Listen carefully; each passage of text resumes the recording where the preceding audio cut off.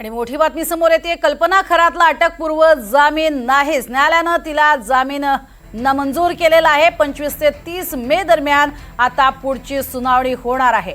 कल्पना खरात अटकपूर्व जामिनासाठी अर्ज दाखल केलेला होता, मात्र न्यायालयाने जामीन दिलेला नाहीये। अशोक खरातची पत्नी कल्पना खरात हिच्याकडूनही अनेक महत्त्वाच्या बाबी जाणून घ्यायच्या आहेत। अधिक माहिती घेऊयात मोहसिन शेख यांच्याकडून। मोहसिन, काय अधिक माहिती? नक्कीच आपण बघतो की आज औरंगाबाद खंडपीठात याबाबत सुनावणी झाली। शिर्डी पोलिसात हे सगळं प्रकरण असल्यामुळे औरंगाबाद खंडपीठात कल्पना खरातने याचिका दाखल केली होती। यावर सुनावणी झाली, मात्र यावेळी न्यायालयाने पुढच्या 3 आठवड्यांनी म्हणजे मे महिन्याच्या 25 ते 30 तारखेदरम्यान पुढची सुनावणी असा आदेश दिला आणि अटकपूर्व जामीनबाबत कोणताही निर्णय दिलेला नाहीये। त्यामुळे एकंदरीत कल्पना खरातच्या अडचणीत आणखी वाढ होण्याची शक्यता आहे।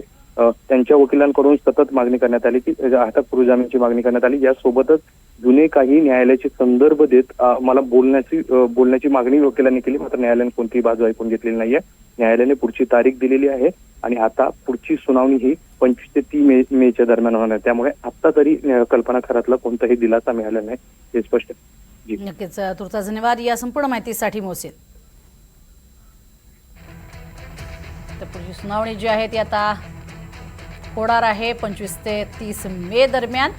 मात्र कल्पना खरातला अटकपूर्व जामीन नाहीच, कारण न्यायालयाने हा महत्त्वाचा निर्णय घेतलेला आहे। कोणतेही काम करत नसताना आणि गृहिणी असताना कोट्यवधी रुपये अकाउंटवर कसे, असा एक महत्त्वाचा सवाल यावेळेला उपस्थित करण्यात आला।